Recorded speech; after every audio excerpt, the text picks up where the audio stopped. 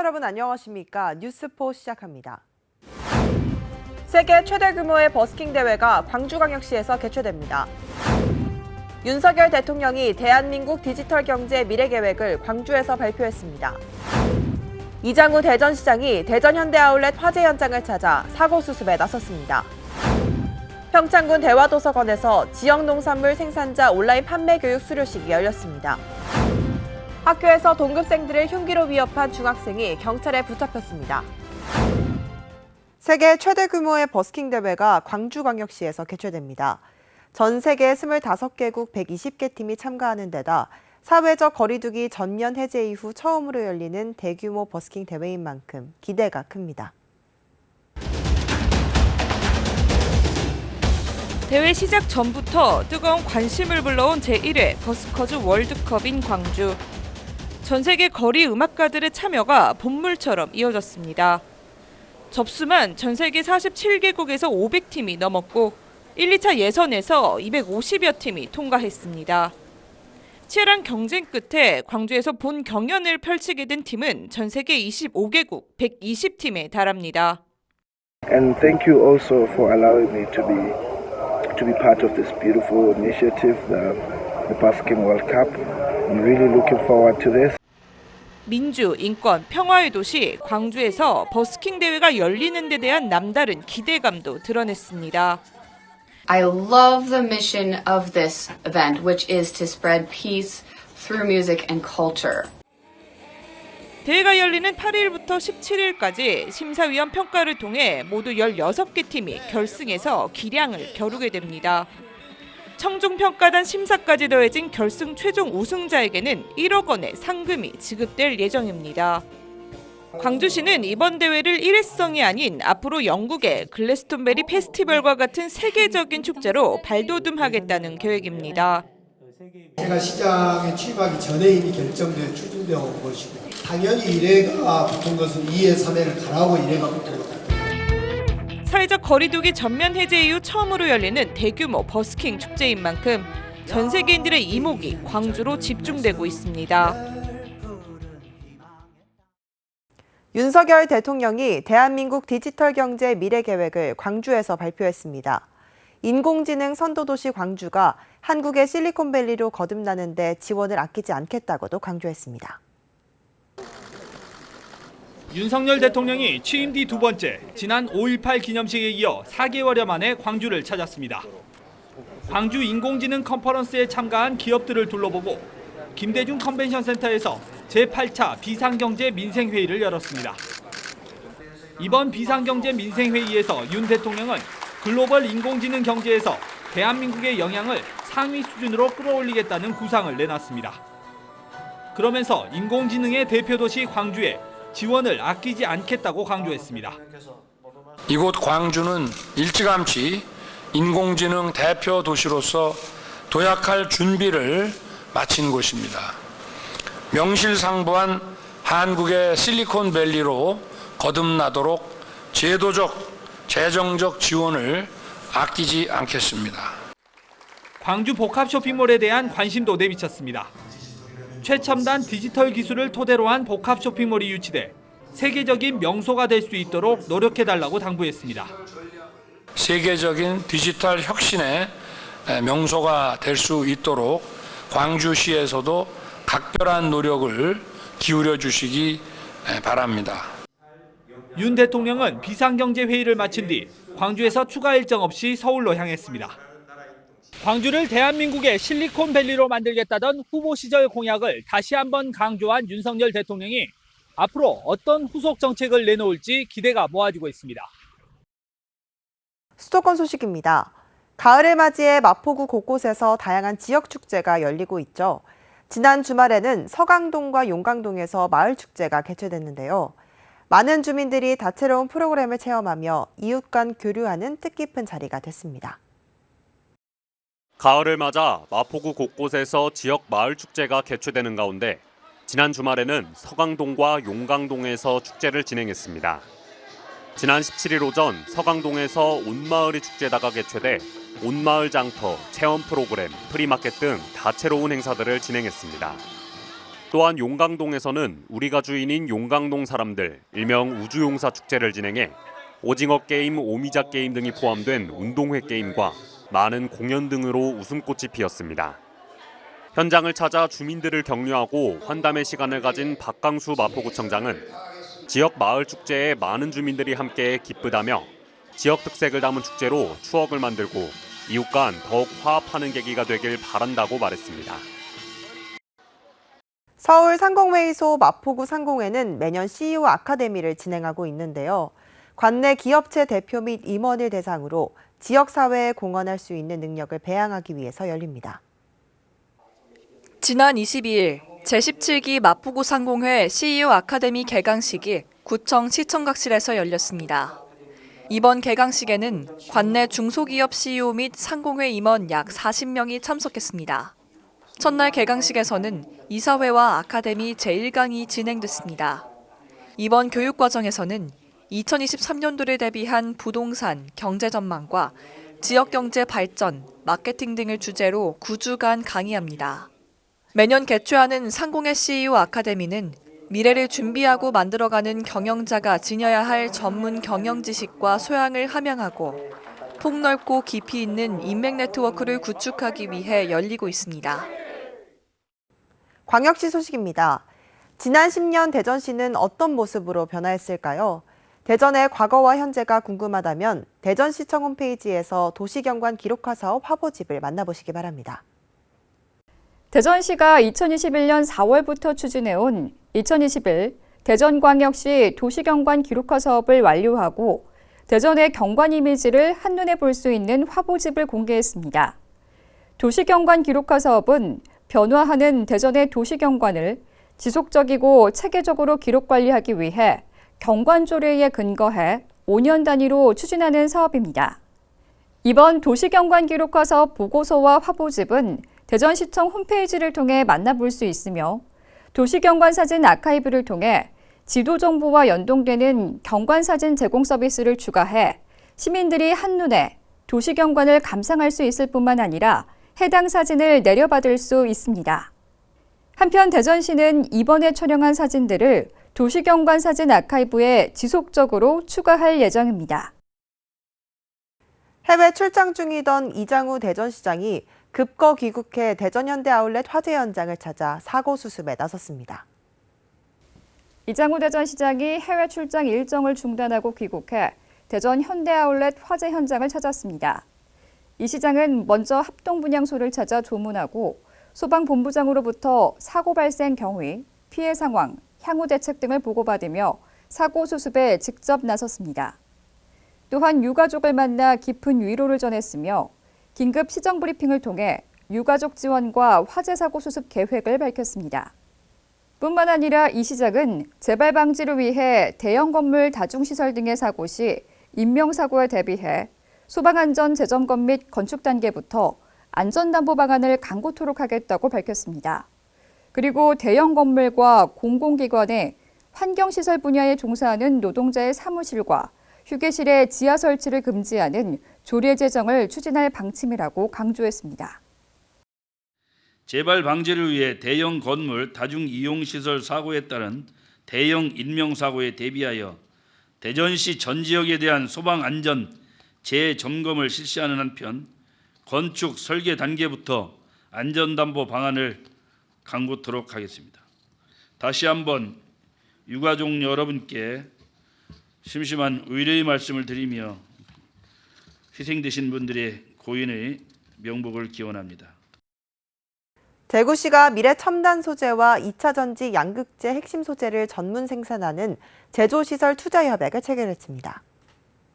대구시가 26일 미래 첨단 소재와 2차 전지 양극재 핵심 소재를 전문 생산하는 제조시설 투자 협약을 체결했습니다. 미래 첨단 소재는 2024년까지 320억 원을 투자해 달성 2차 산업단지 부지 5,032제곱미터에 수산화 리튬 제조 공장을 신설하고 생산 설비를 확충해 연간 약 4만 톤 규모의 대량 생산 체제를 갖추게 됩니다. 미래 나노텍의 계열사로 편입된 미래 첨단 소재는 고객사가 원하는 입도 사이즈로 수산화 리튬을 분쇄 가공하는 우수한 제조 기술과 품질을 인정받고 있습니다. 이번 투자는 2차 전지 소재 산업에 있어 연간 기업과의 밸류 체인을 형성해 대구가 미래 모빌리티 산업을 선도하고 2차 전지 중심 에너지 산업 클러스터를 조성하는 데 큰 시너지가 날 것으로 보입니다. 강원도 소식입니다. 평창군 대화도서관에서 지역 농산물 생산자 온라인 판매 교육 수료식이 열렸습니다. 지역 농산물 생산자 온라인 판매 교육은 온라인 판매를 통해 농산물 생산자들의 경쟁력을 강화하기 위해 지난 8월 24일부터 희망하는 관내 농산물 생산자를 대상으로 실시됐습니다. 주요 교육 내용은 스마트 스토어 가입 및 운영 방법, 마케팅, 영상기획 및 촬영 등에 대한 이론 및 실습으로 구성됐으며 전자상거래를 활용하여 온라인 농산물 판매를 강화하도록 구성됐습니다. 교육 과정을 마친 32명의 수료자들은 모두 각자 스마트 스토어를 실제 개설하여 온라인 판매를 시작할 수 있는 역량을 갖추게 됐으며 자가 농산물 유통 판로가 확대됨에 따라 소득이 증대될 것으로 기대됩니다. 이날 수료식에는 평창군 농업기술센터에서 수여하는 수료증과 온라인 판매에 필요한 기념품을 지급했습니다. 수료한 이후에도 평창 신활력 추진단에서는 수료자들에게 추가적인 교육 및 지원을 확대할 예정입니다. 횡성 회다지소리 문화체험관에서 2022 강원 스마트 관광체험 외국인 팸투어가 진행됐습니다. 이번 팸투어는 강원도 무형문화재 제4호 횡성 회다지소리 관광체험 육성 사업의 일환으로 2022 강원 스마트 관광체험 육성과 활성화 공모 사업에 선정된 강원 아카이브 사회적 협동조합의 프로젝트입니다. 이날 실시된 팸투어에서는 약 50여 명이 참가했으며 참여자들은 횡성군 우천면 정금리에 위치한 횡성 회다지소리 문화체험관에 모여 회다지소리 영상을 시청하고 전통장례 문화관 관람, 얼얼이 타령 공연과 횡성 회다지소리 원형 공연을 관람했습니다. 충청도 소식입니다. 충북도가 2023년 국가 생태 탐방로 조성 사업에 총 3곳이 선정됐다고 밝혔습니다. 이는 김영환 충북도지사의 공약인 충북 레이크파크 르네상스 조성 사업의 일환으로 선정된 곳은 청주 오창저수지와 괴산 속리산 쌍곡계곡, 음성 천년숨결 국가생태 탐방로입니다. 선정된 3곳에는 2023년부터 2025년까지 총 사업비 192억 원이 투입돼 국가생태탐방이 조성될 예정입니다. 도 관계자는 누구나 쉽게 충북의 아름다운 자연경관을 즐길 수 있는 생태탐방 인프라를 지속적으로 확충하고 충북을 찾는 탐방객들에게 이색적인 탐방 공간을 제공할 수 있도록 최선을 다하겠다고 말했습니다. 포항시 의회가 태풍 흰남노 피해 복구를 위해 당초 계획했던 의사 일정을 변경하는 등 태풍 피해 복구에 힘을 실으며 이번 임시회 활동을 마쳤습니다. 포항시의회는 16일과 19일, 20일 나흘간 제298회 임시회 의정 활동을 펼쳤습니다. 시의회는 본회의에 앞서 당초 계획했던 임시회 일정을 단축하고 시정질문을 제299회 제1차 정례회로 연기하며 포항시가 태풍 피해 복구에 행정력을 집중할 수 있도록 했습니다. 16일 열린 1차 본회의 5분 자유 발언에서는 김성조 의원이 태풍 흰남노 피해 상황에 대해 말하고 빠른 피해 복구와 재해 재발 방지를 당부했습니다. 이어 시의회는 포스코 지주사 미래기술연구원 포항 이전 및 상생협력특별위원회 위원 추가 선임의 건 등을 처리하고 박치룡 의원과 최혜곤 의원을 추가 선임했습니다. 20일에는 2차 본회의를 열어 9건의 안건을 처리했으며 태풍 피해의 빠른 복구를 위해 올해 행정사무감사를 취소하기로 결정했습니다. 한편 시의회는 태풍 피해 지원을 위한 포항시 공동주택관리조례 일부 개정 조례안 발의를 통해 단전, 단수와 같은 태풍 피해를 입은 공동주택에 대해 실질적인 피해 복구와 지원이 이루어질 수 있도록 했습니다. 또 철강산업을 비롯한 지역 산업 전반이 심각한 태풍 피해로 어려움을 겪고 있음을 강조하며 태풍 흰남노 피해 지역 산업 정상화를 위한 산업위기 선제 대응 지역 지정 결의안을 채택하고 정부의 다각적인 지원을 촉구했습니다. 광주 전남 소식입니다. 윤석열 정부가 추진하고 있는 반도체 특화단지 유치전이 치열합니다. 서울 빼고 뛰어들지 않은 지역이 없을 정도인데요. 광주시와 전남도도 상생협력 1호 사업으로 반도체를 내걸었는데 상황이 녹록지만은 않습니다. 윤석열 정부가 작정하고 키우겠다는 반도체 산업. 반도체 단지 인프라 구축과 인력 양성, 투트랙으로 진행되는데 관련 예산만 340조가 넘습니다. 기업과 사람, 자본이 한꺼번에 몰리는 건데 사실상 지역 소멸 위기에 직면한 지자체들이 뛰어들지 않을 이유가 없습니다. 광주 전남도 민선 8기 첫 상생협력 1호 사업으로 반도체를 선택했습니다. SK 하이닉스 사장을 역임한 김종갑 전 한전 사장과 정성택 전남대 총장을 공동위원장으로 한 반도체 산업 육성 추진위를 구성하고 광주와 전남 지역의 주력 산업인 AI, 전력 등과 연계한 반도체 특화 전략을 내놨습니다. 기업 유치를 위한 부지 무상 제공, 용수 무상 공급을 비롯해 시도 공동 지원조례 제정도 예고했습니다. 특화단지 지정의 필수적인 요소가 바로 기업 유치입니다. 지금까지 전례가 없던 파격적인 인센티브가 포함될 것입니다. 그렇지만 시도가 내놓은 파격적인 인센티브나 지역 균형 발전 차원의 전략은 유치 전에 뛰어든 다른 지역 또한 선전하는 내용들입니다. 이런 가운데 국민의힘 반도체 특위는 특화단지 지정 시 사업자와 그 지원시설 등이 입주해 있거나 입주하려는 지역을 우선으로 하는 법안까지 발의했습니다. 수도권 지역에 무게를 두고 있다는 해석이 나오는 이유입니다. 물론 어렵다는 건 너무 잘 압니다. 반도체가 기흥, 평택 이하로 내려가기가 쉽지 않다는 걸 제가 현장에 있으면서도 느꼈습니다. 정부는 오는 11월 수요 조사를 실시한 이후 이르면 올해 말 반도체 특화단지와 특성화대학을 지정할 계획입니다. 광주 도심에서 나흘에 걸쳐 차량 3대에 불을 지르고 달아난 남성이 경찰에 붙잡혔습니다. 이 남성은 자신이 신고한 사건에 대해 경찰 수사가 늦어져 홧김에 불을 지른 것으로 알려졌습니다. 늦은 밤 한 남성이 옷가지에 불을 붙이더니 승용차 아래로 던지고 도망칩니다. 곧이어 차량에선 불길이 솟아오릅니다. 이틀 뒤 인근의 또 다른 주택가에서도 차량 한 대가 거센 불길에 휩싸였고 골목은 연기로 가득 찼습니다. 선생님 차예요, 혹시? 네. 막 폭발하고 막 불이 났던 게 알죠. 광주 도심을 돌며 잇따라 차량에 불을 지른 혐의로 40대 남성 A씨가 경찰에 붙잡혔습니다. A씨는 지난 23일부터 나흘 동안 자신이 사는 집 근처에서 3차례나 범행을 이어온 것으로 드러났습니다. A씨는 자신이 금품을 도둑맞았는데 경찰의 수사가 늦는 것에 화가 나 범행을 저질렀다고 주장하고 있는 것으로 알려졌습니다. 경찰이 자기 돈 잃어버린 것을 제대로 수사 안 해주고 무시하고 그래서 아낌에 불을 질렀다고 그렇게 하더라고요.